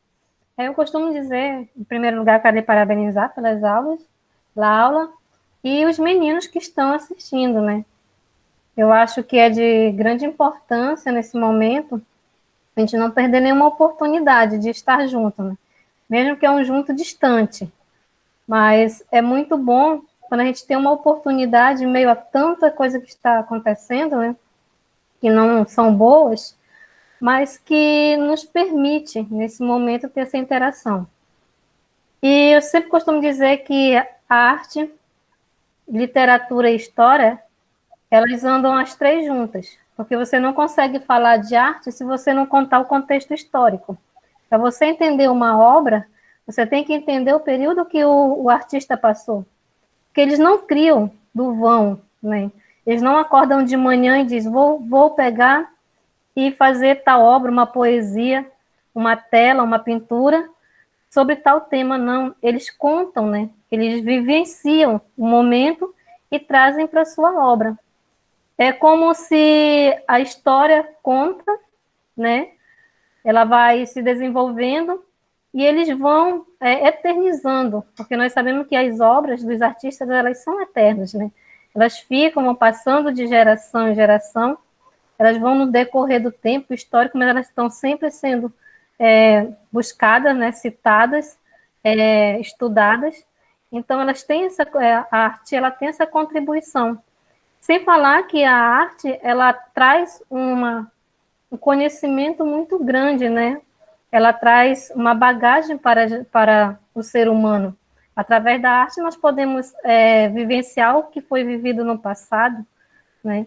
Aí você busca, às vezes a arte, ela te traz um despertar que você corre atrás para ver o que estava acontecendo no contexto histórico, né? E aí é um assunto que vai buscando o outro. Então, é isso. Então, muito bom saber que os três andam juntos na escola. E assim, apesar de estar chegando agora na escola e não ter nem conhecido as crianças, né, os meninos, mas assim, eu vejo um empenho muito grande dos professores, né? É lançado um desafio, como a senhora mesmo falou, às vezes a gente reclama, mas do ser humano, é um eterno insatisfeito, né? Mas, e aí, todos os professores se mobilizam, correm atrás, vão vencendo suas dificuldades, porque não é fácil. Criança, para vocês, se não é fácil, para nós também não é, né? Não é, o professor, ele não é o homem de aço, aquele que está à frente não sofre nada, né? E quando sofre, rapidinho se reconstrói, mas nós temos também uma vida, né? Nós somos também, em alguns momentos, falhos, né? Eu sempre digo que professor, ele não como é que eu posso dizer?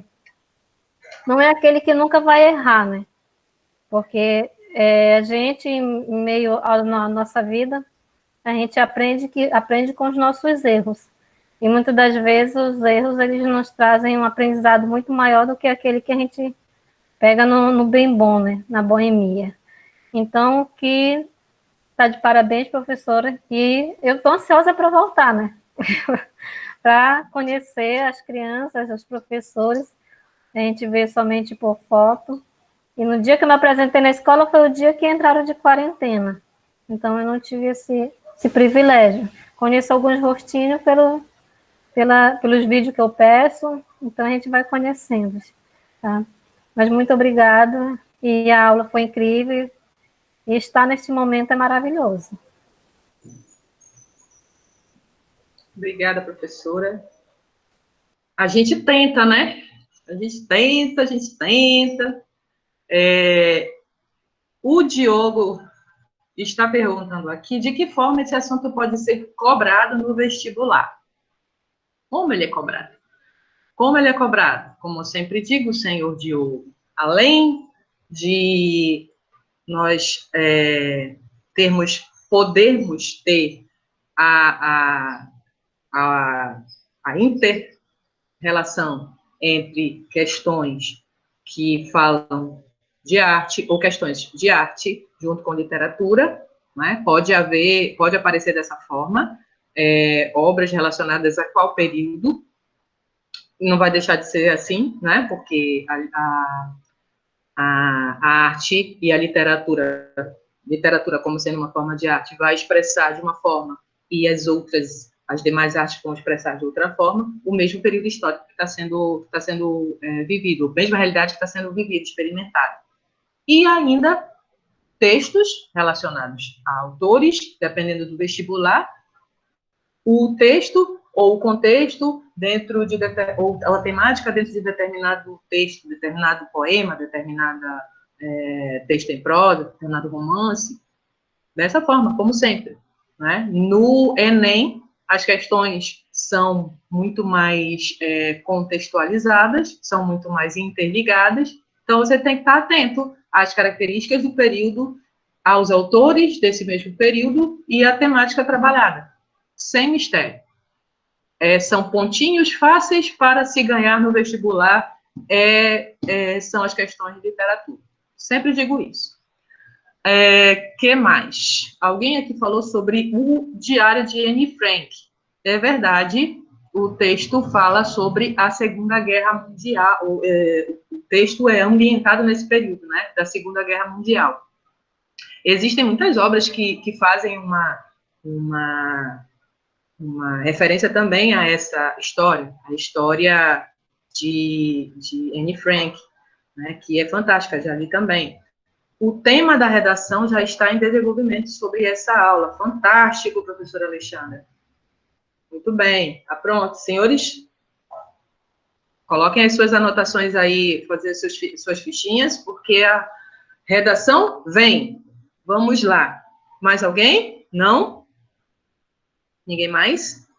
Bom, eu quero, para encerrar aqui, agradecer demais a presença do professor Rubeilton, pela sua contribuição na aula. Ontem, eu sempre lembro do professor quando, na realidade, esse ano, apesar de esse ano ter chegado na escola, desde que eu conheci dos seus feitos grandiosos e dos seus conhecimentos, eu já pensei, assim, a forma como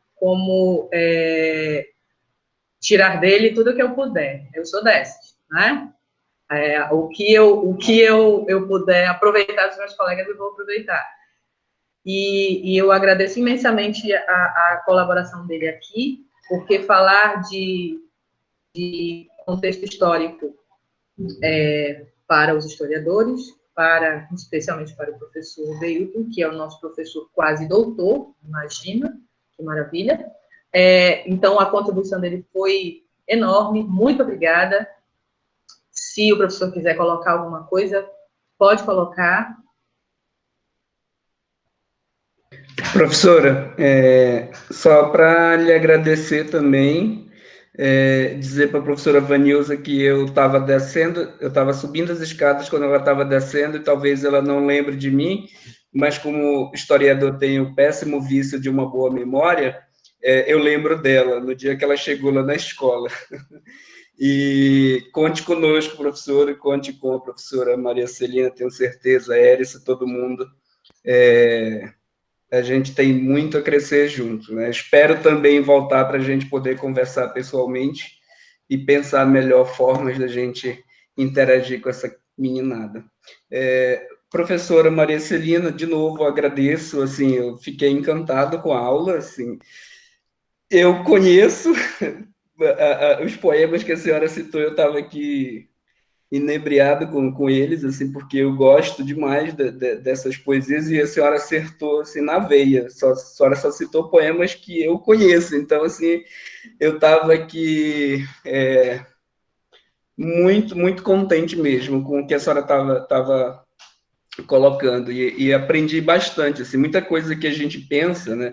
A gente, apesar de falar em interdisciplinaridade, a gente tem muitas dificuldades de pensar pela cabeça de uma pessoa que tem uma outra formação, né? Então, mesmo que a gente fale do mesmo tema, é óbvio que pela sua leitura, pela sua formação, a senhora traz elementos assim, que enriquecem muito o que eu ou que qualquer outra pessoa de outra formação teria a dizer ou a pensar sobre o mesmo tema. Por exemplo, eu nunca tinha percebido muito bem as marcas do tempo nesses poemas da Cecília Meirelles, né? Da brevidade do tempo, né? Do quanto ela chama atenção para a gente, daquele lema do poeta Horácio, né? Do Carpe Diem, né? O instante, a coisa acontecendo agora e aquilo que a minha vida precisa ter aqui, né? Eu canto porque o instante existe, minha vida está completa, quer dizer, é uma marca dessa geração dela, né?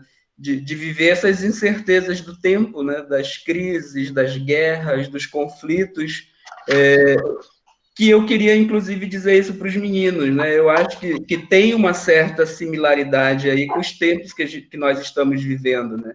Esses tempos de incerteza, esses tempos de instabilidade, essas coisas em que a gente acaba vivendo como irmãos das coisas fugidias, né? A gente quer pegar nas coisas e elas escorregam, elas se afastam de nós.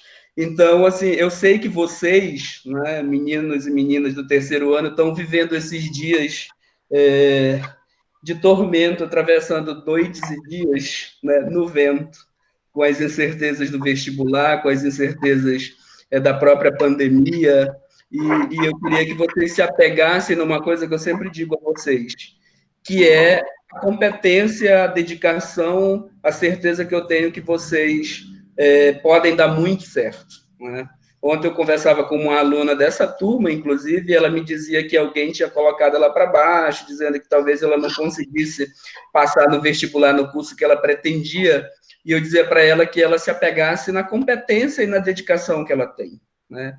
Não deixem que palavras desmotivadoras joguem mais sombras, joguem mais incertezas sobre vocês.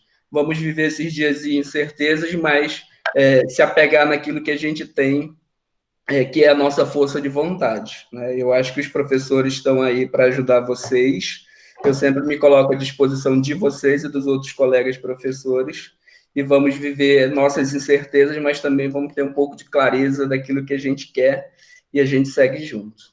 Muito obrigado, professora. Bom dia, meninos. Bom dia a todos e todas. Bom dia, professor. Muito obrigada. Erison,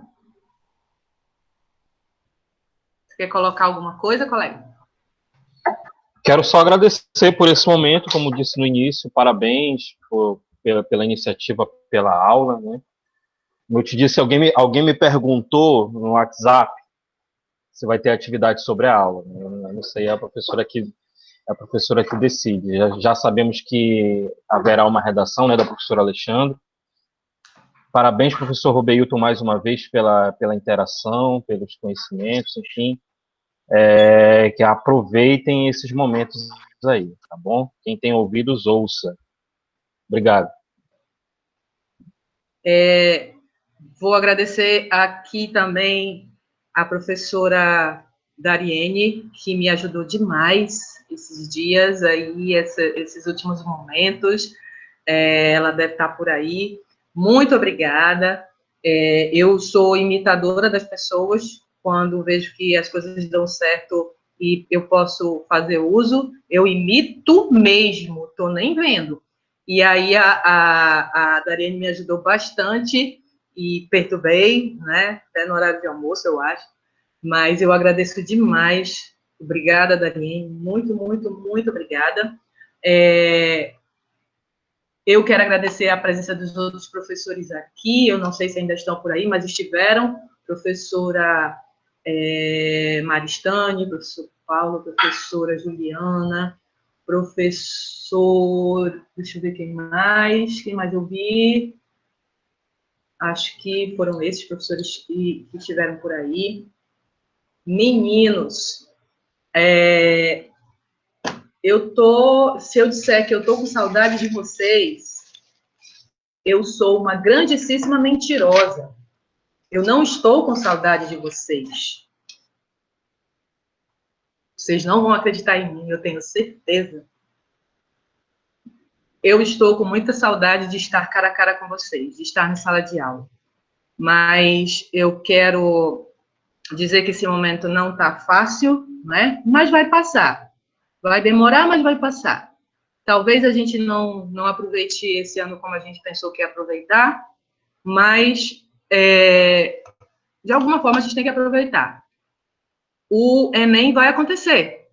Quer queiramos, quer não queiramos, por enquanto o Enem vai acontecer. Então, resta a vocês a disposição de, eu não vou dizer esquecer o momento ou esquecer as dificuldades, porque é difícil, nós adultos não estamos lidando bem com essas coisas, eu imagino vocês adolescentes, pré-adultos, né? Mas vai passar, vocês precisam se dedicar, vocês precisam acreditar que dá para se organizar, como eu sempre digo, né? Se organizem. Não foi fácil eu estar aqui com vocês nesse período, nesse momento, eu precisei me organizar. E deu, né? Então, é uma frase da professora Amarílis, né? Mas ela sempre diz isso e, de certa forma, é verdade, né? Pode até doer, mas vai sair, vai dar certo. Vai dar certo, acredite que vai dar certo. E se der errado, tenta de novo. A gente está aqui para ajudar, a gente está aqui para incentivar vocês. Não tem dia nem hora para vocês voltarem para a escola, mas vocês podem fazer uso do material de vocês para poder estudar, o que vocês têm. A gente tem N exemplos de pessoas aí que trabalhando, catando lixo, conseguiram fazer a vida mudar, a realidade mudar. Então, não tem desculpa. A desculpa de vocês são vocês mesmos, né? Então, tentem, façam, levantem a bunda da cadeira e varrendo a casa, lavando a louça, cuidando dos irmãos, vocês vão achar um tempo para estudar. E a gente vai ficando por aqui. Vocês, se quiserem mandar algum recado, eu estou vendo aqui algumas coisas. Professora Alexandra está avisando que sexta-feira, 15 horas, tem aula com o terceiro ano 3, fiquem atentos. Hoje à tarde, 15 horas, tem aula de redação com o terceiro 2. Acho que o terceiro 1 foi ontem, não é? Então, fiquem atentos. Senhores, a dificuldade que vocês tiverem, se vocês não conseguem resolver pelo Classroom, lá pela sala de aula do Google, por favor, entre em contato com os coordenadores, pelos grupos de WhatsApp. Vocês estão com uma falta, com pendências em atividades muito grandes, né? Eu não vou sair citando nomes aqui, mas eu sei quem está participando da reunião, e as atividades de vocês, são muitas atividades que estão faltando, de muitos alunos. Resolvam isso, porque essas atividades não estão jogadas aí no vento, não. Todas elas serão utilizadas como avaliação, seja de literatura, seja de metodologia, seja de artes, né? Todos os professores estão esperando que vocês deem o retorno, tá? Entre em contato. A gente está toda hora fazendo relatório, ou todo dia, ou toda semana fazendo relatório, para entregar para os coordenadores. E são muitas as falhas, né? Uma atividade que valia 10 pontos, por exemplo, que eu passei para vocês, eu não tenho metade de uma turma que entregou. Então, por favor, façam isso, façam essas atividades, se organizem, porque mesmo que vocês não entreguem lá pelo Google, né, pela sala de aula, vocês vão entregar quando estiverem na sala de aula, na aula presencial. Então, a gente vai pegar tudo, vai cobrar tudo de vocês. E se não tiver, vai ficar complicado, né? Então, a professora Alexandra, imagina a professora Alexandra vai passar o resto do ano corrigindo redações atrasadas. Então, por favor, se organizem. O professor Rubeilton está avisando aí, vejam aí no chat também, tem material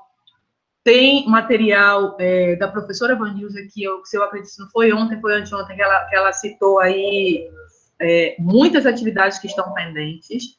Então, aqui a professora Alexandra está relembrando, segunda-feira, aula com terceiro 1, por favor.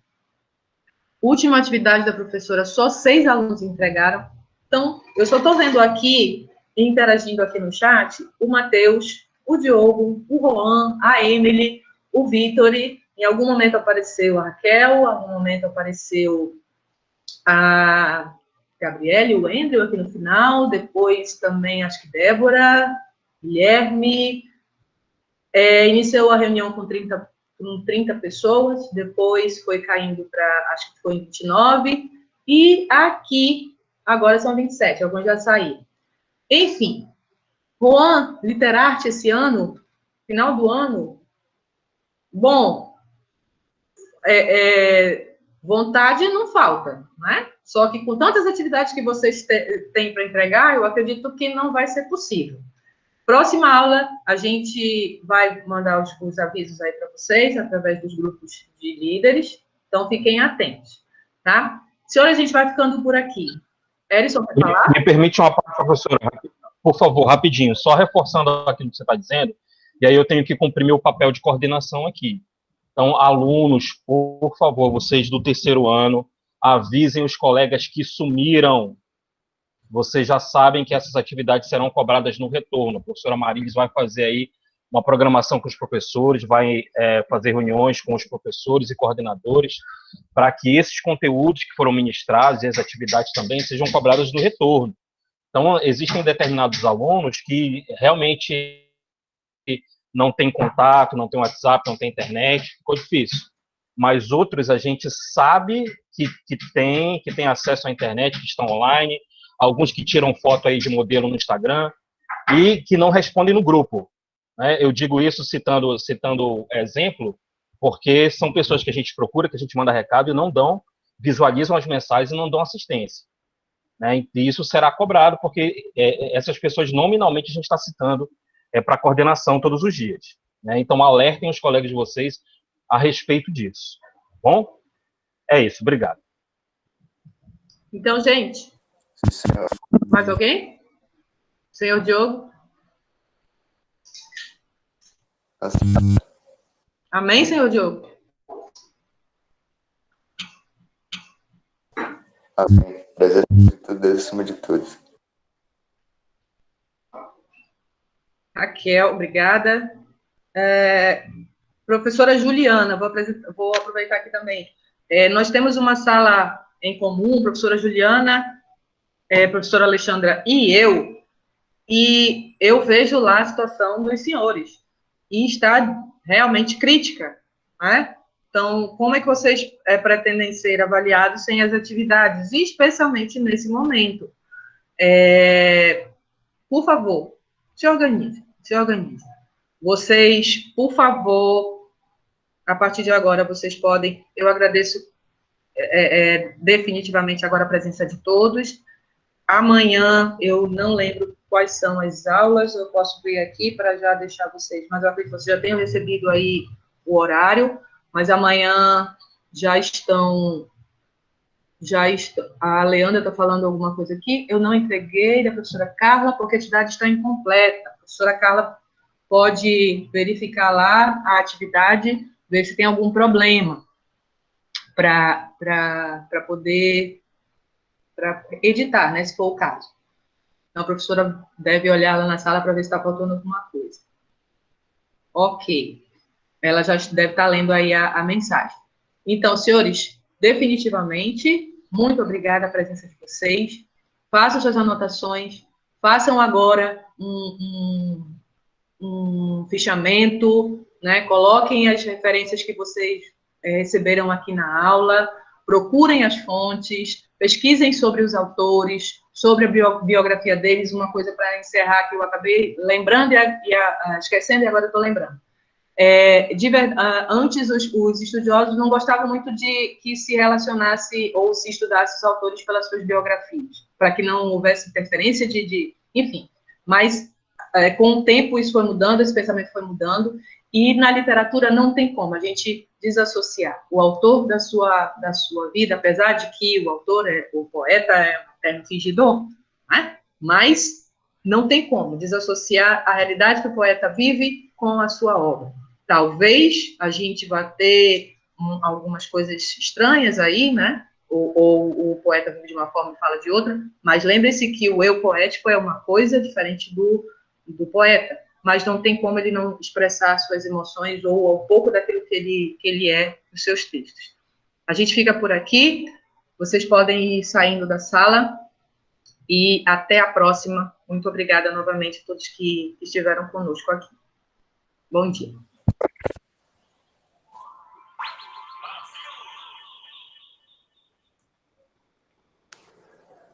Para quem ainda está, a participação de vocês, lembrem-se, será avaliada. Toda e qualquer participação.